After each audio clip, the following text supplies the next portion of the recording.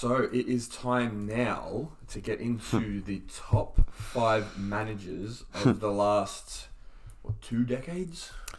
Yes. 20 odd years. Yes. The only parameters of this is that they have to have been in the Premier League at least once. Yes. Really. But which pretty much every manager has. And by the way, I'm cheekily throwing this in just to make it clear. The achievements can happen before 20 years ago too. Just saying. Yeah, that's fine. Yeah, That's good. fine. Have managed in the last 20 years. Yeah.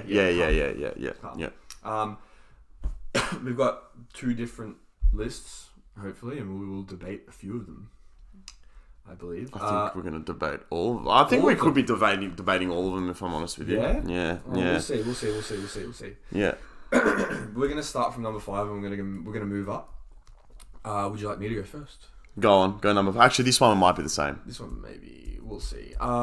Number 5, I've got Arsene Wenger. Yeah, all right. Yeah. I've got Arsene Wenger too. Yeah. I've got Arsene Wenger too. For me, I feel like you've got to have him. You've got to mention him at the end of the day. Invincible season, the only manager to have that golden trophy, and yeah, look, assembled an unbelievable team.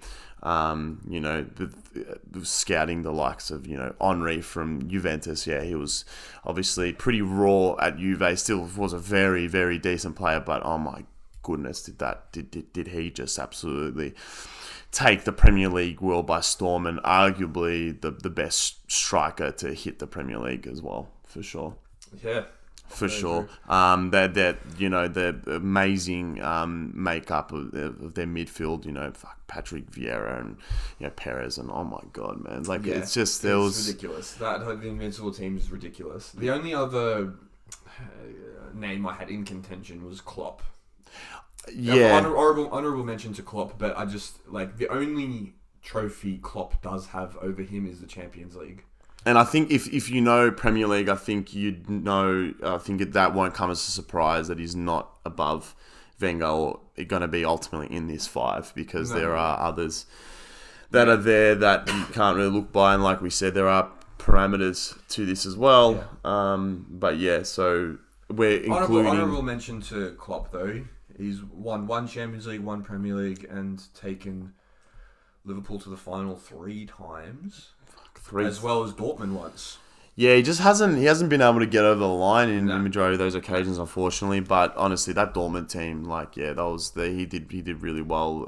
But unfortunately, he came across an amazing Bayern Munich 11 that consisted of Robben, Mario Gomez, Ribéry. Oh my god, man! What a front line that was.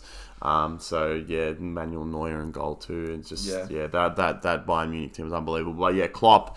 These lists are so hard. It's so hard. But ultimately, we'll justify why he's just... Should we go through a couple of other honourable mentions quickly, or do you want to do that at the end?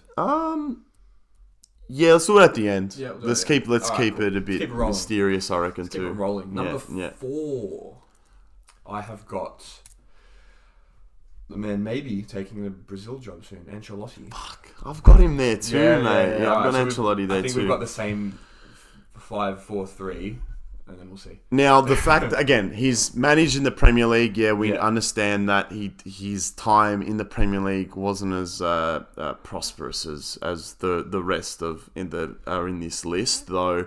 2 Champions Leagues at AC Milan, 2 Champions Leagues at Real Madrid.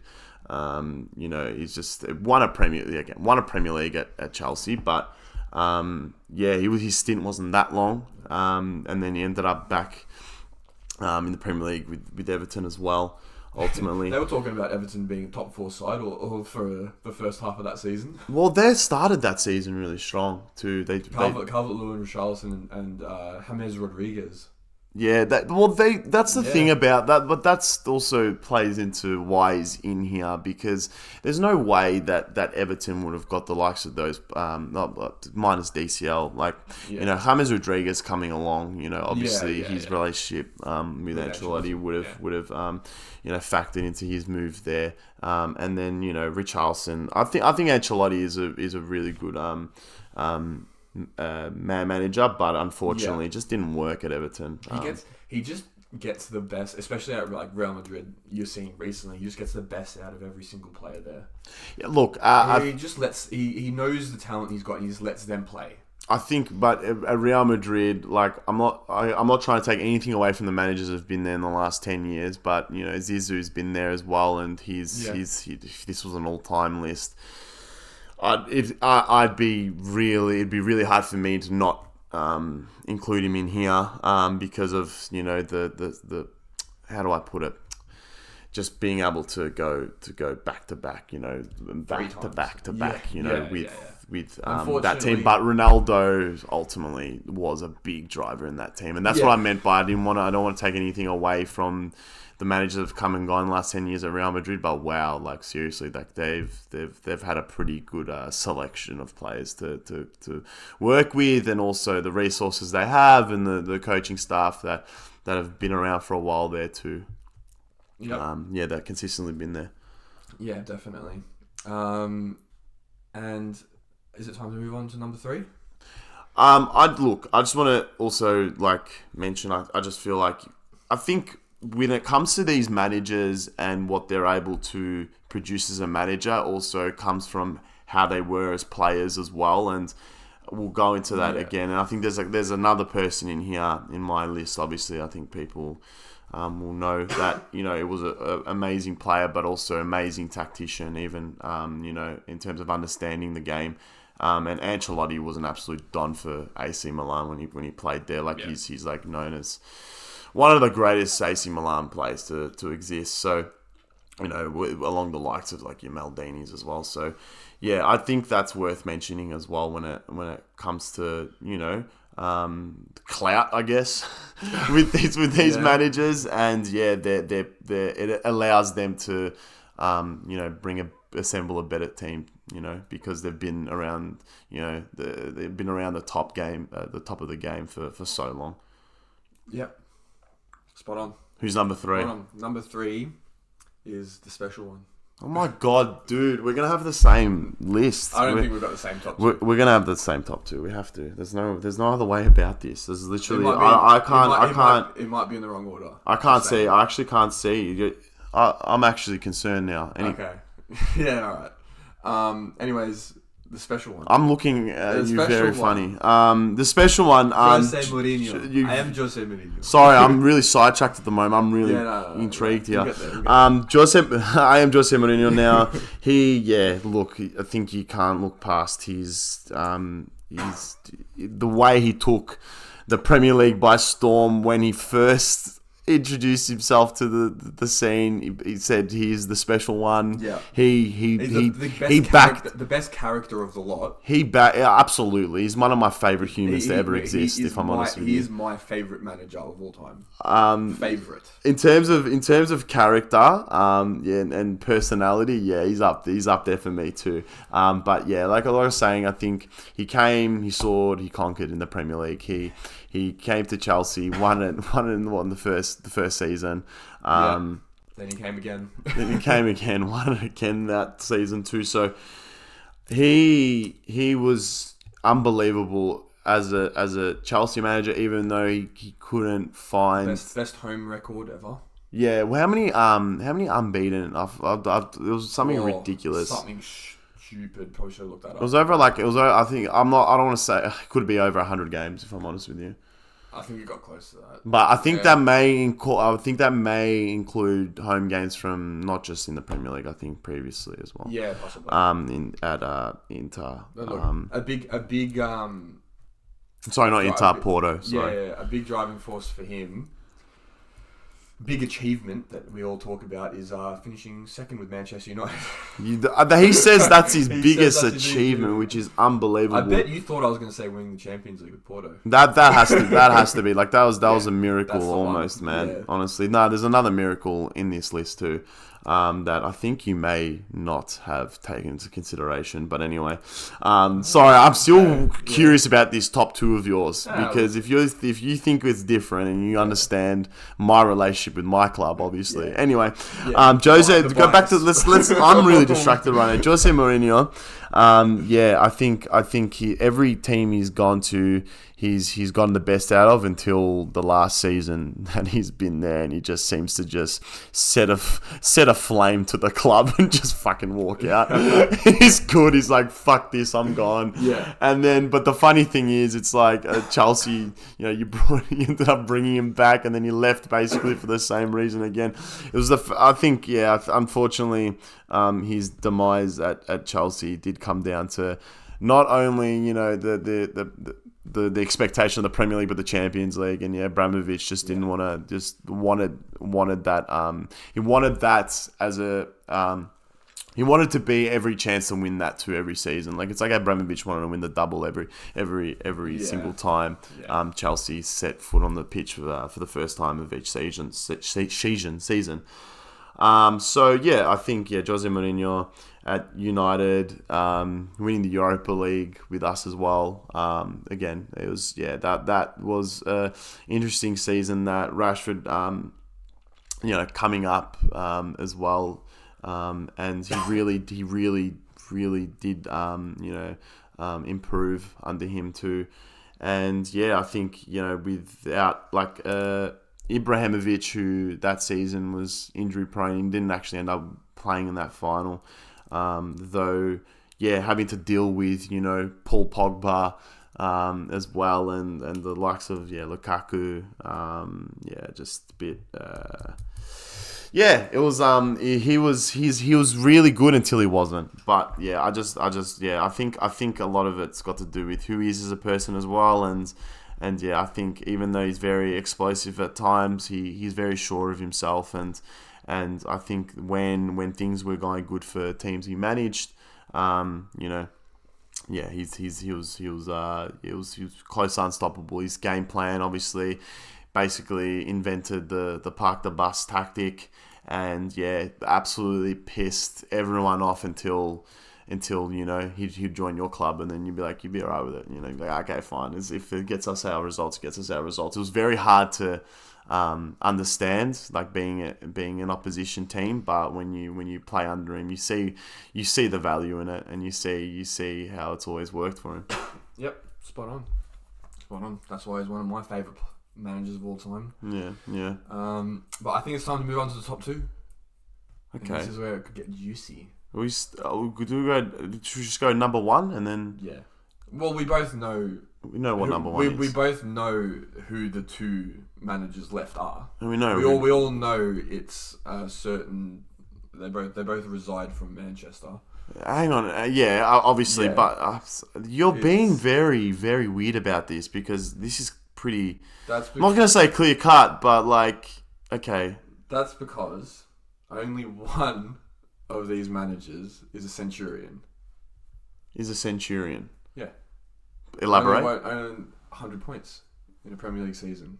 The best Premier League season ever. Pep Guardiola was number one, mate. Sir Alex Ferguson, number two. I just think, honestly, you take Pep's best City team, you take Fergie's best Manchester team, City probably wins. No, we got to cut that. I'm only kidding. But, oh my God, are you serious? Listen. Are we actually going to... Also, I'll just, disclaimer, if we were doing only Premier League careers... He's scribbling ferociously. If we were doing only Premier League careers, then Sir Alex is number one. Alright? I'll give you that. I'm taking into account Pep at Barcelona and Bayern Munich. Bayern Munich a bit it's because everyone wins there. But specifically Barcelona. Sorry. Yeah. Oh, you're talking about. Sorry. Okay, you're talking about. Okay, so you're talking about like Barca teams. Look. If it's just Premier League, then Sir Alex is number one. Okay, but I'm taking yeah. into the full career. Okay, all right. So I've got to. I'm actually quite astounded here. So yeah. I feel like Sir Alex. Let me just go through. He just wrote the United lineup. Yeah, of 99 to 98, 99. Now, that treble-winning side is arguably the greatest team to ever be fucking assembled because You said arguably. Arguably. Right, because at the end of the day... treble-winning team. No, because there have been teams that haven't won the treble that could be the Invincibles. That was a dead team, bro. Honestly, Invincibles... They had more draws than, like... Come on. But I mentioned before... They weren't actually as good as either Manchester teams. Invincibles. But we're not talking about them anyway. Look, at the end of the day, I feel like... Let me just go through Sir Alex and his achievements. You've got Pep's 5 Premier League titles ongoing, right? You got Sir Alex's 13 Premier League titles. In that time... If Pep had his whole career in the Premier League, he'd have a lot more. How do you know that? 3 at Bayern and 3 at Barca.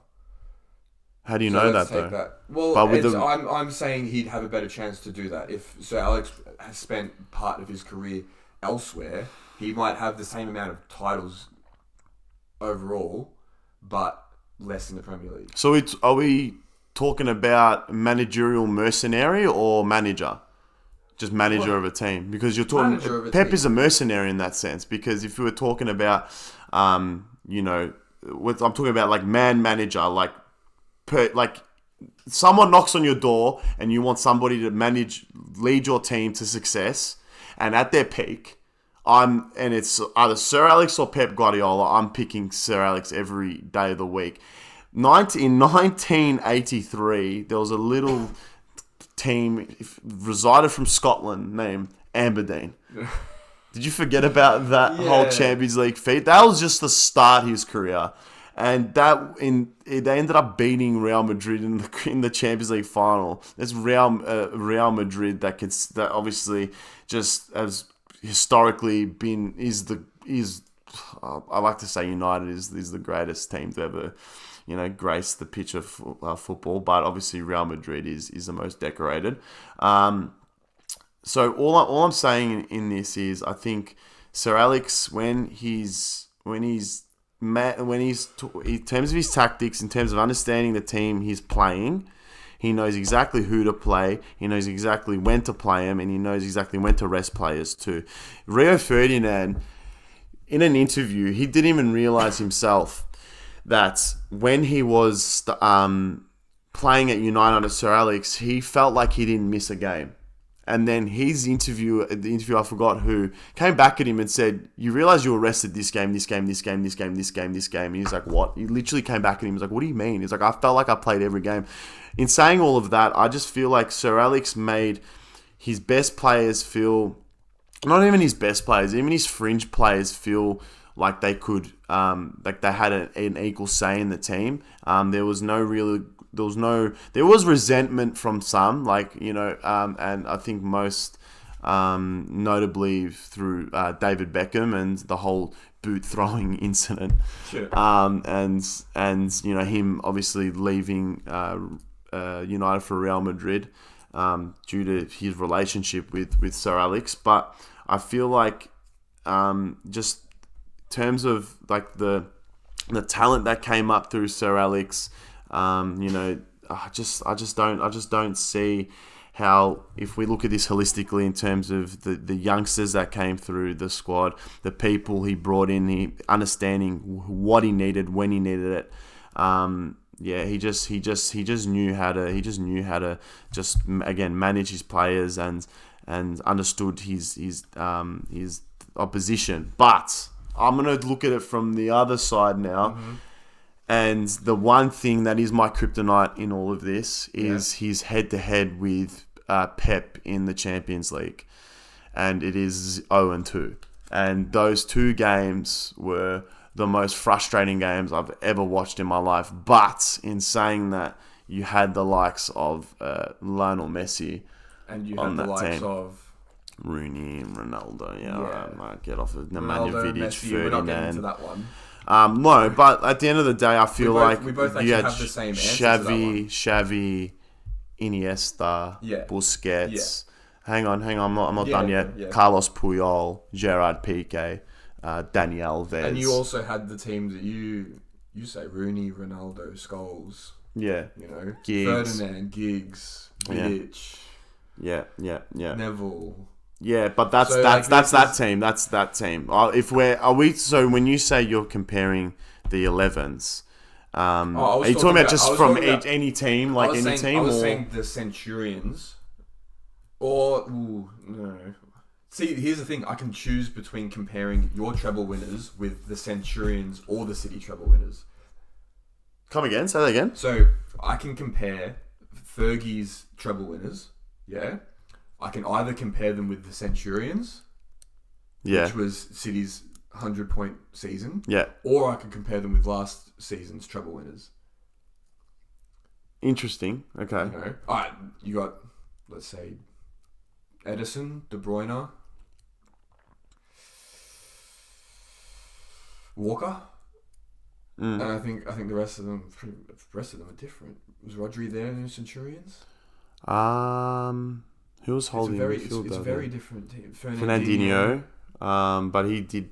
Did you resort to centre back that season? Because once had Torre left by then. I'm not sure. Aguero. No. I wasn't there as Centurion. No. He wasn't. They forgot his birthday cake and he was done. Pep's created not completely, but almost 2 Manchester City 11s that can compete with that. Yeah, I understand what you're saying, but again, I don't think it came down to, you look at the Arsenal game, the 8-2, and did you see our 11 then? We had Ashley Young scoring for fun outside of the box on his right foot. Yeah. You had... I know you're not bringing Fergie's arguments by one game, though. What do you mean? You're not just using one game as an example. No, I'm just saying... If I'm looking at at City, I'm looking at how they're doing it, how they do it over a season. Yeah, and I'm trying to say that, like I said, like I was talking about, Sir Alex knew when, how, and who. When and how to play, right? And who he was playing. And it was a game by game sort of thing. Whereas with Pep, it's his philosophy, and he plays the same way each game. Works. And I understand that's why Pep has a 75% win percentage in the Premier League compared to Fergie's 65. Yeah, okay. That's why Pep has a 2.36 points per game to Fergie's 2.16. Pretty close. Did you compare the expenditure as well? Different times. If you had the oil money, you would have loved it. Yeah. I'm gonna say United. We did spend back in the day too. Like we spent, there was records money spent on Rio Ferdinand. I think he was the most expensive centre back at that time. Regardless of how you, I will credit Fergie with nurturing players better. In some senses, Pep's very good at that as well. You can Nathan Ake. No one ever thought he was going to be that good as he is now. He was pretty good at Bournemouth. He was pretty good. You saw he had talent. Everyone was questioning Akanji. Everyone was questioning those signings, but they've been some of their best defensive signings. Yeah. And you got the 3 Champions Leagues compared to the 2. No, it's 3. Fergie. Aberdeen, treble. 07, 08. Okay, 3 and 3. Anything else? Fairs. That's why I'm like, I have a feeling you'll forget. That's alright.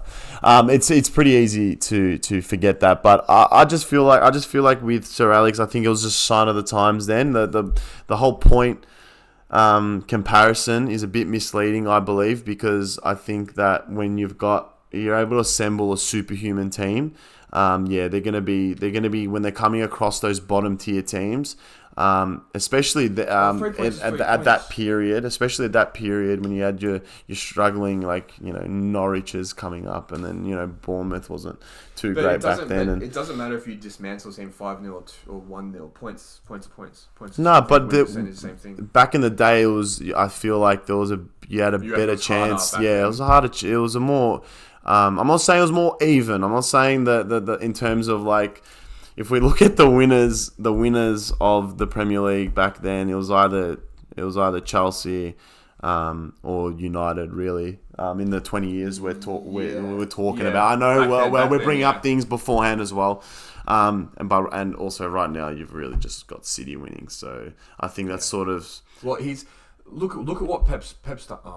You could say Fergie did it a little bit. I'm talking about turning the Premier League into like a farmers league, essentially, like Bayern and what Juventus did for a while. Yeah. He's done that to the Premier League. I guess Fergie did it to a sense as well, but you always had your Chelsea competing as well. Fergie had I guess Pep's got Klopp, but Klopp's a bit up and down. I think Fergie had like a very traditional way of playing football too. I think he played just off like a 4-4-2 with the midfielders, coming up high. Not 4-4-2. No, it wasn't a 4-4-2, but it was like it was more about it was a more traditional way. It was like 4-4-1-1. It was like you had Rooney behind the striker, dependent on the season, right? Dependent on the season. You'd have like your straight up striker, either Rooney. When Rooney was striker, it was an absolute fucking animal, by the way. But then before that, I just feel like you could play fucking Danny Welbeck up front with Rooney behind him, with Nani on one wing, and then Ronaldo on the other. Yeah, we had a pretty good team lineup in regards to how electric they were, but I feel like our best team, did lay in that time in which Pep did have the wood over us. But in saying that Barcelona team, they had a lot of talent at their disposal, and I'm talking, and this is where I'm saying talent. You've got to like sort of separate the talent of the squad and the ability of the manager. And I feel like the talent of the squad with Pep was a lot higher, whereas with United, and the reason behind our success was Sir Alex's managerial ability, and I feel like that's what we're discussing here. Discussing. Yeah. Arguing. Okay. I don't hate it. Like I said, I think if we were just taking Premier League into account, I would put Sir Alex first. I've put Pep doing it in multiple leagues. That's what we say about Ronaldo. Yeah, good point. But I know he's he did it with Messi at Barcelona in that team. But then you say Sir Alex did it with Ronaldo, so then you go into an old Messi versus Ronaldo debate, and then me and you both... Oh, that doesn't correlate. Me and you both agree that Ronaldo's our GOAT. So which manager had the GOAT? That's too you know much. what? I'm actually still torn with that, but yeah, let's talk about that another time. But all I was trying to say before is I feel like in terms of how we used to play back in the day, we could start up with anyone, like in terms of between like the 05 when Ronaldo was around. I feel like anyone could start up front, and as long as we had Scholesy, Carrick in that midfield, we had Fabio and Raphael in that team, and they looked unbelievable. Wes Brown looked unreal. The way we talk about how Brighton plays, and like the grade of football, is more determinant on the tactics, not the talent. I feel like Sir Alex is that, and I feel like Pep relies on talent. He leans on talent a lot. But in saying that, I love the way City play. I love the way Pep plays, and I'm not trying to downgrade or anything in terms of his tactics at all. Ping pong Pep. At all. That's Ten Hag, let's be honest.